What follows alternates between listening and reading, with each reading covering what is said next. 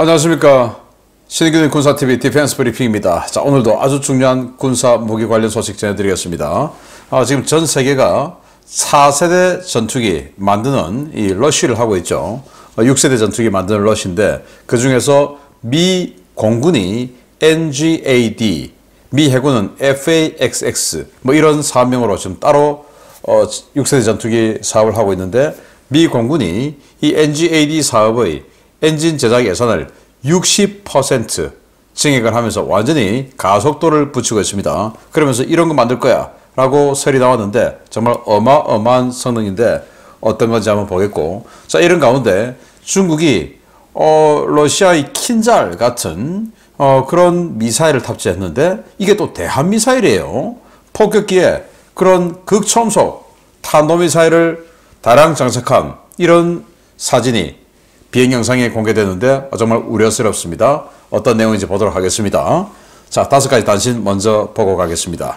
헝가리는 독일과 스카이레인저 30이라는 이 무기, 방공무기죠. 이거 개발 계약을 체결했는데 정말 좀 의혹스럽습니다. 여기서부터 인도는 테자스 마크2 전투기 개발 사업에 최소 4년 지연된다 라고 예고를 했는데 인도가 역시 인도스럽습니다. 보도록 하겠습니다. 첫 번째입니다. 최근 독일과 KF-51 판터 전차 개발 계약을 체결해 논란이 되었던 헝가리가 이번에는 KF-41 링스 장갑차를 기반으로 한 자주 대공포 링스 스카이레인저 30 개발 계약을 체결했다는 소식입니다. 개발 비용은 물론 양산까지 모든 비용을 댈 예정인데 아무도 채택하지 않은 고가의 장비들을 연달아 계약하는 헝가리. 계약 이면에서 무슨 일이 일어나고 있는지 궁금증이 커지고 있습니다. 영국 해군이 한 척에 13억 1천만 파운드의 예산으로 8척을 도입할 예정인 26형 호위함 건조 예산이 또 늘어나게 되었습니다. 클라이드 조선소에서 호위함 건조 공정에 참여하는 하청업체에서 원청업체와 동등한 급여와 수당 지급을 요구하며 총파업을 선언했습니다. 내년 1월 1일부터 3월 27일까지 진행될 이 파업으로 영국 해군이 또 한 번 비용 상승과 전력 공백 문제에 직면하게 되었습니다. 아르메니아가 인도가 이제 막 개발한 아카시 단거리 방공 시스템을 구매한다는 소식입니다. 6억 5천만 달러에 발사기 15기를 도입할 예정이라고 하는데 아직 인도군에서조차 검증되지 않은 방공 시스템을 도입하는 아르메니아. 과연 실전에서 어떤 결과를 보게 될지 주목됩니다. 얼마 전 나토 상설함대 전개 임무를 마치고 돌아온 영국 퀸 엘리자베스 항공모함이 지난 주말 북극권으로 다시 출항했다는 소식입니다. 영국 국방부는 이 항모가 어떤 임무를 수행할지는 12월 25일 아침 착한 어린이들만 알게 될 것이라고 우스갯소리에 빗대 항모 출항 소식을 전했는데 최근 발틱 3국에서 있었던 러시아 폭격기의 고강도 무력 시위에 대한 대응 차원이라는 분석이 있습니다. 당초 내년 CJ 1호기 양산을 목표로 하고 있었던 인도판 그리펜 NG 테자스 마크2 전투기 사업이 대폭 연기됐다는 소식입니다. 인도 정부는 아무리 빨라도 2028년 이전에는 시제기가 등장하지 못할 것이라고 밝혔는데요. 현지 언론은 정부가 전투기 국산화 비율을 당초 계획했던 65%에서 80% 이상으로 올리면서 개발 지연이 현실화됐다고 지적하고 있습니다. 네, 링스 장갑차죠. KF-41, 우리 AS-21 레드백하고 경쟁하는 바로 그 장갑차 차체에다가 이렇게 포탑을 얹었는데 사면 고정형 위상 배열 레이더, 그리고 대공미사일 2발, 그리고 30mm 기관포. 근데 이 30mm 기관포는 어헤드탄. 그러니 이 목표물 근처에서 터져서 자탄을 목표물 쪽으로 집중해서 쏘아보내는 그런 방식이죠. 이른바 패트리어트2 같은 그런 방식이다. 그래서 이 자탄을 목표물 쪽으로 집중적으로 쏘아보내면서 타격 요격률을 훨씬 더 증가시키는 그런 방식의 기관포탄을 장착을 하고 하는 등, 하여튼 뭐 야전방공, 요즘 뭐 드론이다 뭐 이런 거 워낙 문제가 많으니까 이제 이런 거 개발한다고 하는데 뭐 시도는 좋아요. 문제는 왜 헝가리가 이 정도 능력이 되나? 그래서 라인메탈에 개발 비용 다 되고 양산 비용까지 다 되고 이걸 우리 만들 거야. 기존에 있는 거 쓰면 되는데, 기존에 있는 기성품을 구매하면 되는데, 헝가리가 굳이 이걸 개발 비용까지 다 대면서 할 이유가 있을까? 그건 또, 이 판터 전차도 마찬가지죠. 독일군도 채택하지 않은 전차를 헝가리가 비용대고 생산한다? 이게 좀 이상하죠. 그래서 헝가리 친러 친독 국가 아닙니까? 그래서 헝가리 오르반 총리가 이 라인메탈하고 도대체 무슨 커넥션이 있을까라는 의혹의 눈길이 들어가고 있는 거죠. 의혹스럽기는 합니다. 그런데 우리도 사실은 이렇게 센서, 사면 고정형 위상 배열 레이더, 그리고 슈터 같이 있어야 되죠. 근데 우리는 지금 1000호, 아무 레이더 센서도 없는 1000호 따로, 그리고 저기 몇 킬로밖에 국지 방공 레이더가 사실 뭐 지금 잡지도 못했지만, 야 니들 쪽으로 간다 잘 봐, 그럼 이제 눈으로 보고 쏘는 이런 1000호를 21세기에 한다. 말이 됩니까? 헝가리도 지금 이러고 있는데 정말 기가 찬 대한민국 육군이 아닌가라고 생각되고, 그 1000호 시스템, 국지방공 시스템, 그거 주장한 사람 누군지 저는 찾아내서 좀 누군지 좀 알아낼 필요가 있잖아요. 뭐 자기가 잘못 판단한 걸 가지고 벌을 줄 수는 없고, 좀 누가 했는지 알아보고 싶다라고 생각될 정도로 대한민국 국방력 완전히 망치는 자들이 아닌가라고 생각이 됩니다. 자, 이게 저는 노란봉투법이라고 하는 요즘 논란이 되고 있는 국내 정치 문제죠. 그 노란봉투법의 미래가 아닌가라고 생각이 되는데, 여러분 영국병 들어보셨죠? 과거 마가렛 대처 수상이 영국병을 치유하자 해서 노조 뭐 강력하게 대응하고 했는데 치유 안 됐죠. 그리고 지금 40년 지났는데 치유 안 됐습니다. 자, BAE 시스템스에서 군함을 만드는데 26형 호위함이죠. 한 척에 한 2조 원 정도. 이걸 하는데 BAE 시스템스 이 원청 업체가 임금과 수당을 올려준 거예요. 그런데 여기 지금 하청 들어오는 또 하청업체 근로자들 있지 않습니까? 야, 우리도 똑같이 해줘. 우리 원청하고 우리도 하청인데 똑같은 여기서 일하는데 우리는 왜 월급이 다른 거야? 왜 수당이 다른 거야? 하고는 이 파업하느냐 마느냐 투표를 했는데 자기네들 88%가 파업에 찬성하고, 야, 여긴 또 파업도 길게 해요. 1월 1일부터 3월 27일까지 무려 석 달 가까이 파업을 한다. 총파업한다. 군함 만들다가 많은 거죠. 그래서 자, 이게 말이지, 원청업체하고 하청업체하고, 아니 그 고용 주체가 다른데 어떻게 수당과 급료가 똑같을 수 있냐? 다를 수밖에 없죠. 또 그러면 원청업체 같은 그런 아주 강력한 스펙을 요구하는 그 업체에 합격을 했어야 되는 거 아닙니까? 그게 자본주의예요. 능력껏 하는 거. 똑같은 일을 하니까 똑같이 돈 내. 뭐 그럴 수 있죠. 일하는 사람 입장에서는. 그러나 들어갈 때, 입사할 때 경쟁력이 같았습니까? 아니죠. 자, 노란봉투법. 삼성전자에 납품하는, 이를테면 삼성전자에 납품하는 반도체, 그게 들어가는 조그만 부품을 생산하는 2차 벤더, 3차 벤더 업체가 파업을 해. 그래서 반도체가 전체 스탑돼서 삼성전자가 지금 손해배상 해줘. 하청업체 때문에 지금 반도체 못 만들었으니까. 그러나 이 하청업체는 영세업체니까 그 손해배상 면책. 말이 됩니까? 자유민주주의, 자본주의는 자기가 저지른 일에 자기가 책임져야 되죠. 자유와 방임 있지 않습니까? 책임과 의무. 책임져야 됩니다. 근데 책임 안 져, 영세업체니까. 그리고 니들이 삼성전자 앞에 가서 그냥 총파업할 수 있는 능력 줘. 정말 기가 차죠. 노란봉투법의 미래가 바로 요건데, 뭐 미래도 아니죠. 가결되면 그냥 이렇게 되는 겁니다. 그래서 정말 정신 바짝 차리자. 저는 도대체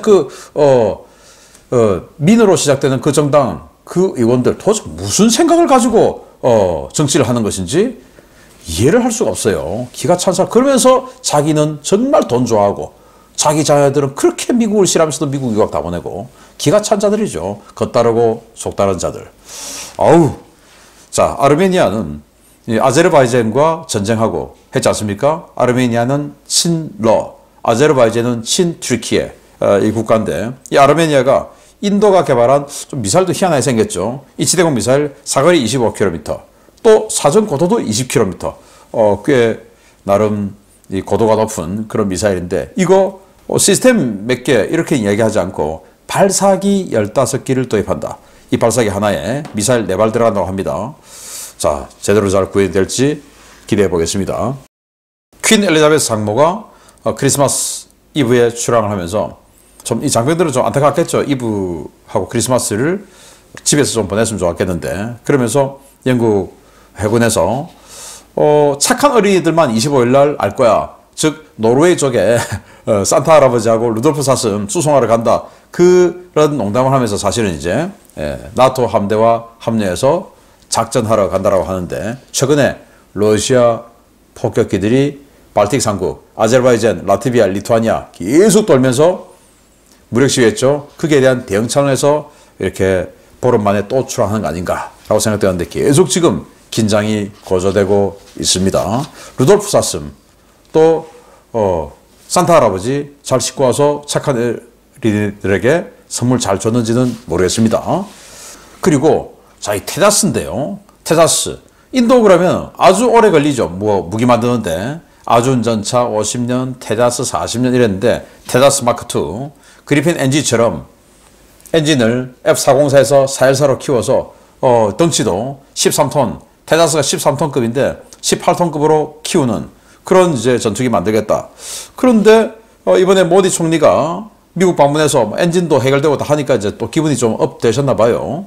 그래서 야 국산화 부품 국산을 65에서 80%로 늘려 하니 부품 하나하나 다 개발해야 되죠. 그래서 이거 원래 시작이 2023년 만들고 24년에 첫 비행 진작에 나왔어야 되는 건데 안 됐죠.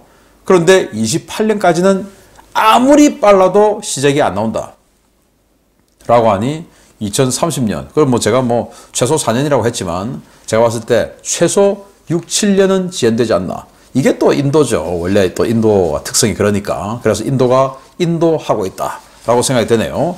자, 주요 소식 들어갑니다. 첫 번째입니다. 중국이 지난해 11월 처음으로 그 존재가 드러났던 H-6K 폭격기 탑재용 대함 탄도미사일 실전 배치 영상을 공개했습니다. 당초 알려졌던 형태와 달리 대단히 소형화되어 폭격기 한 대에 두 발을 실을 수 있는 형태로 등장했는데 유사시 대함 탄도미사일 물량 공세가 우려됩니다.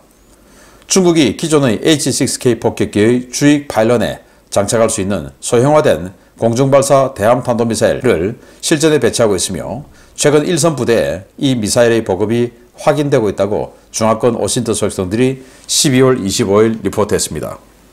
소식통들은 중국의 한 공항에서 기체 두 발의 신형 ASBM을 장착한 H-6K 폭격기가 이륙하는 영상을 공유하며 일선 폭격기 부대에 이 신형 미사일의 보급이 빠르게 진행되고 있다고 전했습니다. 당초 중국의 공중발사 대함 탄도미사일은 뚱펑 21D를 개조한 대형 ASBM으로 등장할 것으로 예상되었었는데요. 지난해 11월 처음으로 공개된 이 ASBM은 러시아의 킨잘 미사일과 같이 매우 소형화된 크기로 제작되었습니다. 이 미사일은 중국이 단거리 지대함 탄도미사일로 개발한 CM401을 기반으로 제작됐다고 알려졌는데요. 원형은 약 290km의 사거리를 가지고 있어 공중발사 버전의 경우 이보다 2배 안팎의 사거리를 가질 것으로 추정됩니다. 중국이 H-6K 폭격기에 이 신형 공중발사 탄도미사일을 대량 보급 중인 것은 현용 주력 공대함 미사일인 YJ-12 초음속 대함 미사일이 미 해군의 방공망을 돌파하기 어렵다는 판단에 따른 것인데요. 이 신형 대함 미사일은 극초음속 비행 능력을 갖고 있어 YJ-12보다 더 위력적인 대함 타격 수단이 될 것으로 보입니다. 문제는 소형화된 이 신형 ASBM이 H-6K 폭격기에 2에서 4발씩 탑재돼 운용될 경우 유사시 서해와 동중국해, 남중국해 일대에서 대함 탄도미사일 물량 러쉬 전술이 사용될 가능성이 커진다는 것인데요. 대공 방어 능력이 매우 취약한 우리 해군, 이 새로운 위협에 대비할 보관은 가지고 있는지 모르겠습니다. 네, 중국의 폭격기죠. H-6K. 여기에 탄도미사일이 지금 장착되어 있고 이륙하는 모습입니다. 탄도미사일, 예. 자, 그러면서 이런 영상까지 공개했죠. 뒤에 공항이 보이고 여기 지금 탄도미사일이 한 발씩, 저기도 한 발 해서 두 발이 장착되어 있고 택싱을 하는 영상까지 공개를 했어요. 그래서 CM401이라고 하는 대함 탄도미사일 290km 날아간다고 주장했었는데 이걸 이제 공중발사를 하니까 더 사거리가 늘어나겠죠. 최소 5에서 600km. 또 탄도미사일이니 속도가 당연히 최소 마하 5, 6 이상은 날아가겠죠. 그러니 극초음속 미사일, 러시아의 킨잘과 비슷한 컨셉이다. 그러나 킨잘은 공대지인데 이건 공대함이다. 중국의 핵심 관심은 미국의 항모 전단을 어떻게 경멸할 것이냐. 이게 핵심 관심이니 공대함을 만든 거죠. 야, 그래서 과거에 얼마 전에 공개된 사진 보면 이 H-6K에 뚱펑 21 기반의 대함 공중발사 탄도미사일을 장착을 했었는데, 이거 이제 뚱펑 21은 덩치가 크니까 한 발 정도 하구나 라고 생각했는데, 작은 걸 만들어서 이 H-6K가 두 발에서 네 발을 장착할 수 있게끔 했으니, 이건 뭐 러시아가 백파이어 폭격기 여기 킨잘 세 발 장착하는데 그걸 대량 운용하는 거하고 똑같이 됐다 라는 이런 우려가 생기죠. 그런데 뭐 물론 그 1차 타겟은 미국의 항모전단이겠지만 어쨌든 서해에서도 이런 거 할 수 있죠. 또 제도적으로 중국은 북한의 동맹이고 그들은 우리의 적입니다. 우리는 극초음속 요격 능력이 거의 없죠. 전무하죠. 빨리 극초음속 요격 능력 개발, 배치, 구매 들어가야 된다라고 생각이 됩니다. 두 번째입니다. 미 공군이 오는 2030년까지는 완성을 요구하고 있는 6세대 전투기 NGAD 개발 사업 일정을 크게 앞당기기 위해 내년부터 그야말로 풀 악셀을 밟는다는 소식입니다. 내년 업체 선정과 시제기 생산 착수가 예정되어 있는데 어떤 괴물이 탄생할지 기대됩니다. 차세대 공중지배 전투기 약칭 NGAD 사업을 추진하고 있는 미 공군이 2024년 체계 개발 계약을 체결할 예정이며, 이를 위해 내년도 관련 예산이 크게 증액되었다고 디펜스 뉴스가 현지 시각 12월 24일 보도했습니다.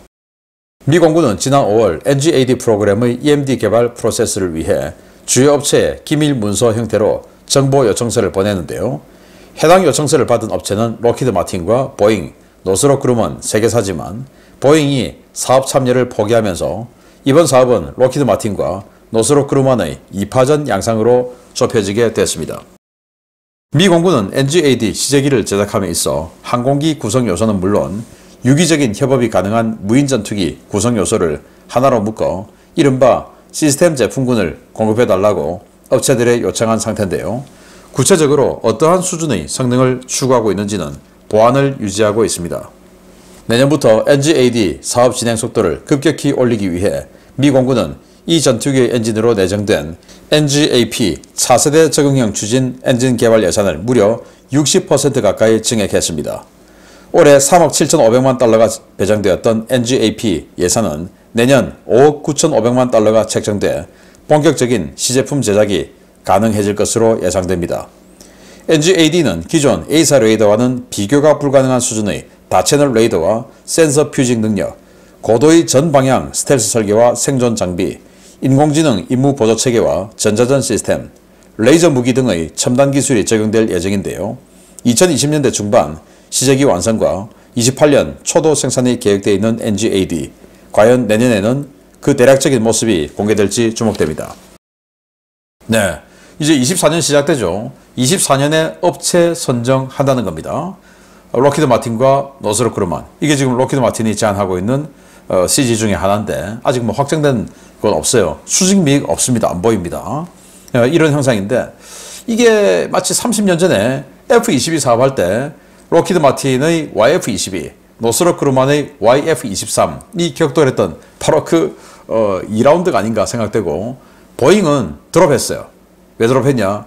미 해군이 FA-XX, 그래서 이 6세대 전투기 함재기 사업을 따로 가는데 미 해군 사업에 집중하겠다 하고 보잉은 빠졌고, 이제 록히드 마틴과 노스롭 그루먼이 남았는데, 노스롭 그루먼이 B-21 레이더 스텔스 폭격기 만들지 않습니까? 만약에 이것까지 하면 폭격기, 전투기 싹쓸이 하는 뭐 이런 상태가 되겠는데 어떤 결정을 내릴지. 자, 그리고 이건 미 공군의 시스템 사령부가 우리 이런 컨셉으로 갈 거야 라고 했는데, 여기는 또 이제 수직 미익이 이렇게 수납식이에요. 뭐 이런 식으로 하겠다라고 했고, NGAD 넥스트 제너레이션 차세대 에어 도미넌스 공중 지배 전투기다. 이런 거창한 이름입니다. 뭐 정말 그들이 말하고 있는 이 다채널 레이더, 그러니까 뭐 X밴드, S밴드, 또 UHF, VHF 이런 게 또 있어야 또 요즘 또 스텔스 탐지하니까 그런 레이더가 이제 X밴드다 뭐 이런 게 아니고 그냥 다 채널로 들어가고, 그리고 적외선, 전자광학 이런 거 다 합해서 센서 퓨징해서 완전히 그냥 스텔스까지 잡아내는 이런 레이더. 그리고 레이저 무기를 장착하는데 이건 적을 공격하는 게 아니고 적의 공대공 무기를 요격하는 레이저예요. 뭐 이런 거 전자전에서 적의 미사일 요격해버리고 뭐 정말 현존하는 기술로 절대로 격추시킬 수 없는 그런 전투기다. 정말 공중지배 전투기다라고 하는데 뭐 기대해 보도록 하겠습니다. 정말 이제 24년 기종선정한다고 하니까 저도 사실 밀리터리 마니아로서 기대가 많이 됩니다. 잘 나오길 바랍니다. 마치겠습니다. 감사합니다.